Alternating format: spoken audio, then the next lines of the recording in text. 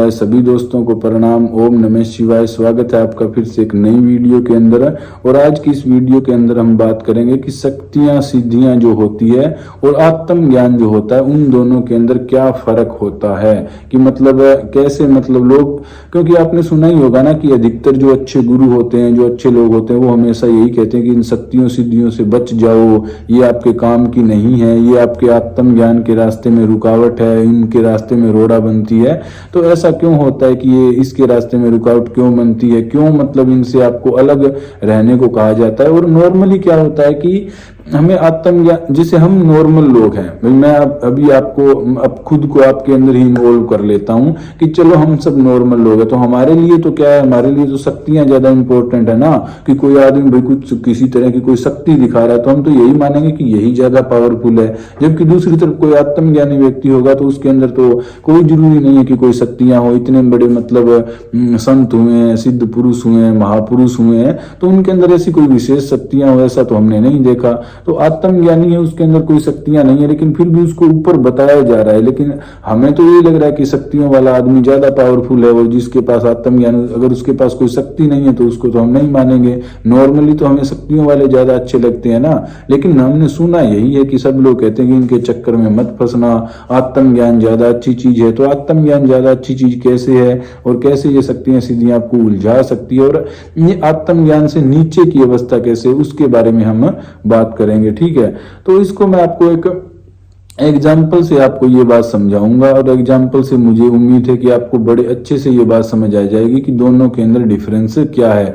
तो एग्जाम्पल आप कोई भी ले लो, जैसे कि अब स्कूल के अंदर प्ले वगैरह होते हैं, बच्चे नाटक में खेलते हैं, या कोई रामलीला वगैरह होती है कुछ भी, तो अब बच्चे उसके अंदर नाटक के अंदर भाग ले रहे हैं। तो अब क्या हो गया कि नाटक जैसे चल रहा है, तो थोड़ी देर नाटक के अंदर भाग लेने से बच्चों के साथ क्या हुआ कि वो खुद को उस कैरेक्टर के अंदर उन्होंने रमा लिया, तो खुद को वो वही सोचने लगे। जैसे टीवी देखते हैं तब भी होता है ना, वो आंखों से आंसू आने लगे, बच्चे कितने ज्यादा इन्वॉल्व हो जाते हैं कि जैसे सब सच ही चल रहा है। लेकिन हमें तो पता है कि नाटक चल रहा है, हम तो बड़े हो गए, लेकिन टीवी में बच्चे कैसे करते हैं, तो वैसे ही नाटक के अंदर बच्चे करते हैं। और हम सब लोग भी यही कर रहे हैं इस दुनिया के अंदर, जैसे वो बच्चे करते हैं। तो हम भी अपने आप को इस रोल के अंदर इतना ज्यादा हमने जोड़ दिया है कि इसके अंदर हम उलझ जाते हैं, और फिर इसके अंदर जो भी होता है उसी को हम सच मानने लग जाते हैं। तो बच्चों के साथ क्या हुआ, मान लो कि कोई एक बच्चा है मोहन, अब मोहन नाटक के अंदर राम बना हुआ है। अब दूसरी तरफ एक है सोहन, सोहन नाटक के अंदर रावण बना हुआ है। लेकिन अब हुआ क्या कि उस नाटक के अंदर वो भूल गए, जैसे ही नाटक चलने लगा तो वो खुद को राम समझने लग गया, वो रावण समझने लग गया। तो अब नाटक में भी उनको अलग अलग पावर दी हुई होगी ना, क्योंकि इसके राम के पास ये पावर है, तो अब वो खुद को ये समझ रहा है कि मेरे पास ये पावर है, जबकि जो रावण बना हुआ है वो खुद को ये समझ रहा है कि मेरे पास ये पावर है। तो अब इस नाटक के अंदर मान लो बच्चे खेल रहे हैं। अब स्कूल के अंदर तो नाटक खत्म हो जाता है, लेकिन जो असल जिंदगी इसके अंदर तो ये नाटक कभी खत्म ही नहीं होता। खत्म हो तो हमें पता चल जाए ना कि हम कौन है, लेकिन ये खत्म होता ही नहीं है तो हमें पता चलता ही नहीं है। अब मान लो वो नाटक चल ही रहा है राम रावण का, तो बच्चे तो भूल ही जाएंगे ना। अगर वो नाटक अनंत काल के लिए चलता रहे तो वो उसमें खुद को वही सोचने लग जाएंगे। अब देखिए इस नाटक, ये जो नाटक चल रहा है ना, इसके अंदर शक्तियां सिद्धियां क्या है कि नाटक का जो करेक्टर है उसको कुछ पावर्स मिल जाए, यानी कि जो राम बना हुआ है, कोई लक्ष्मण बना हुआ है, कोई हनुमान बना हुआ है, तो उसको नाटक के अंदर कुछ पावर्स मिल गई। अब पावर मिल गई तो क्या होगा कि उसका रोल और ज्यादा हो जाएगा, उसको कुछ और एक्स्ट्रा एफर्ट करने पड़ेंगे, या अगला खुद को ज्यादा प्रसन्न हो जाएगा कि आहा मुझे तो पावर मिल गई, मैं तो इतना शक्तिशाली हूं। ये सब वो नाटक के अंदर ये सब बातें सोचने लग जाएगा अगर उसको पावर मिल जाएगी तो पावर मिलना क्या है कि जैसे कोई भी नाटक के अंदर प्ले कर रहा है तो उसके पास कुछ ना कुछ पावर तो है ही ना। जैसे मैं इस इंसान के रूप में यहाँ पर बैठा हुआ हूं तो कुछ पावर तो मेरे अंदर है ही। अगर मैं कोई बहुत बड़ा सिद्ध पुरुष नहीं हूं तो क्या हो गया, कि मेरी जो कुछ पावर मेरे पास है और मेरी कुछ और पावर ऐड हो जाए, बस इतना ही होगा ना शक्तियों और सिद्धियों से।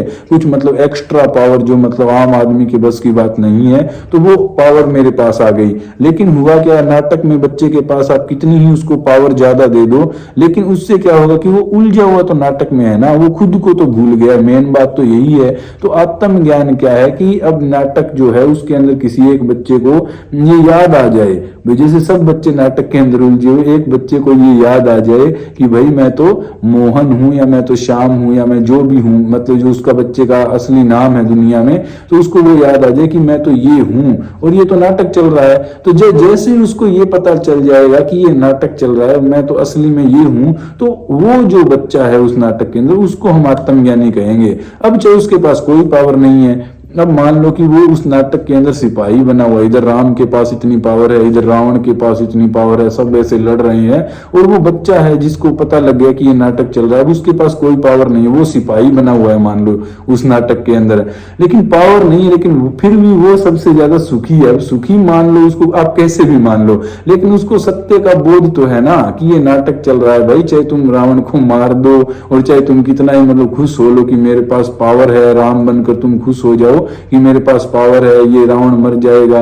लेकिन असल में थोड़ी कोई मरेगा। असल में तो ना तुम्हारे पास कुछ पावर है, असल में ना इसके पास कुछ है, और असल में कोई मरेगा नहीं। तो ये नाटक है और तुम इसके अंदर इन्वॉल्व रहो भी, मुझे तो इस बात का पता लग गया है। तो जिसको सत्य का पता लग गया वो एक अच्छी कंडीशन में, क्योंकि अच्छी कंडीशन ये है ना सत्य का पता लग जाना।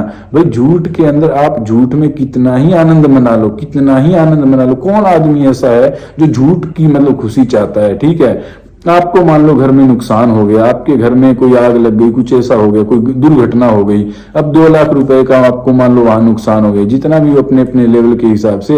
तो अब क्या है कि वो नुकसान हो गया, अब आपके घर वाले आपको आते ही झूठ बता रहे हैं कि बेटा हमें तो 20 लाख रुपए का फायदा हो गया, ये वो, और आप उस झूठ को सुनकर खुश हो रहे हैं। लेकिन वो खुशी कितनी देर रहेगी? जब आपको सत्य का पता लगेगा। सो आपके पास मान लो 2 ऑप्शन है कि एक ऑप्शन ये है कि भाई मैं आपको सत्य बताऊंगा, और एक ऑप्शन ये है कि मैं झूठ बताऊंगा, लेकिन झूठ सुनकर आप खुश हो जाओगे, आप ऐसा झूठ मैं आपको सुनाऊंगा, लेकिन सत्य ऐसा है कि आपको काफी तकलीफ होगी।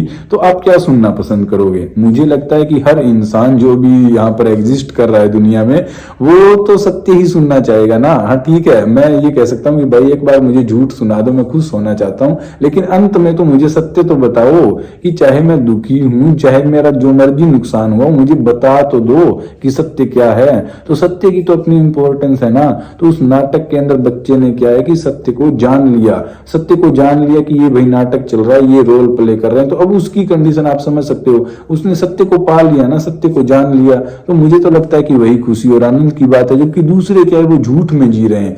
पावर मिल गई, चाहे पावर कितनी ही मिल जाए, लेकिन जब तक आदमी को अपने स्वरूप का, खुद का ज्ञान नहीं होता, तब तक वो अपने आप को इस खेल में ही समझ रहा है कि मेरे पास ये पावर है, मैं समाज का कल्याण कर दूंगा, मैं ये कर दूंगा, मैं वो कर दूंगा, लेकिन उसे भी खुद के स्वरूप का पता नहीं है। और जब तक उसका ये मैं, जब तक उसका ये अहंकार उसके अंदर है, तब तक उसको दुख भी होंगे। यानी कि चाहे उसके पास जितनी मर्जी पावर है, लेकिन तब तक उसको दुख भी होंगे, उसको खुशी भी होगी, सब कुछ होता रहेगा। ये दुख और सुख तो तभी समाप्त होंगे।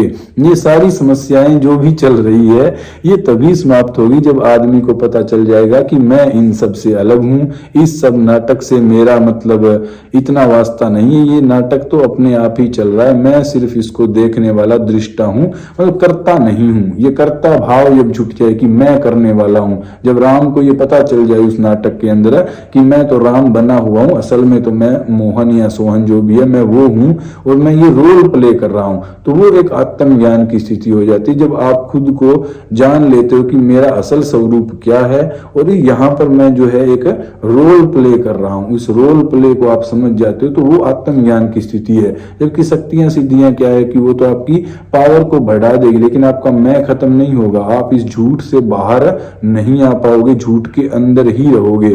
तो इसलिए वो कहते हैं कि सबसे जरूरी जो है वो आत्मज्ञान है। अगर आपको शक्तियां सिद्धियां मिल गई तो आप इस रास्ते से भटक जाओगे, क्योंकि आपको कुछ मिलेगा, कुछ प्राप्त होगा, तो उससे आपका अहंकार ही बढ़ेगा, और जब आपका अहंकार बढ़ेगा तो आप खुद को और ज्यादा कर्ता मानने लग जाओगे, और जब आपको कर्ता ही आप खुद को मानने लग जाओगे तो इसका मतलब तो आप नाटक के अंदर उलझ गए।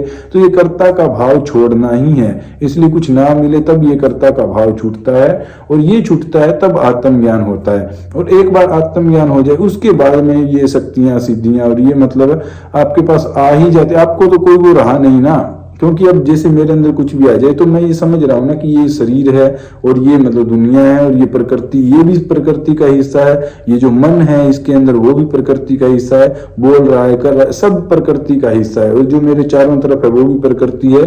तो इस प्रकृति को, इससे जो कॉम्बिनेशन बनता है, जो होना है वो अपने आप होता रहेगा, तो उस चीज की मुझे वो तो नहीं है ना।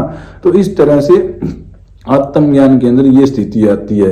तो बाद में आपको कुछ शक्तियां सिद्धियां मिल जाए तो वो तो अच्छी बात है, लेकिन अगर पहले ही आप उन सब के अंदर उलझ गए और जो मेन पॉइंट है, जो मेन मतलब बात है, क्रक्स जो है, उसको नहीं समझ पाए कि मैं करता नहीं हूं और सब अपने आप ही चल रहा है, अपने असली स्वरूप को नहीं पहचाना, तो फिर आप नाटक के अंदर उलझे। फिर आपको चाहे कितनी शक्तियां सिद्धियां मिल जाए, वो सब उनका कोई फायदा नहीं है, क्योंकि वो आपको मुक्त नहीं करने वाली है। और एक बार आप मुक्त हो जाओ तो फिर आपको चिंता भी नहीं है और ऑटोमेटिक आपको मतलब शक्तियां सिद्धियां मिल भी जाती है। तो ये डिफरेंस है शक्तियों और सिद्धियों और आत्मज्ञान में। उम्मीद है आपको समझ आया होगा। ओम नमः शिवाय।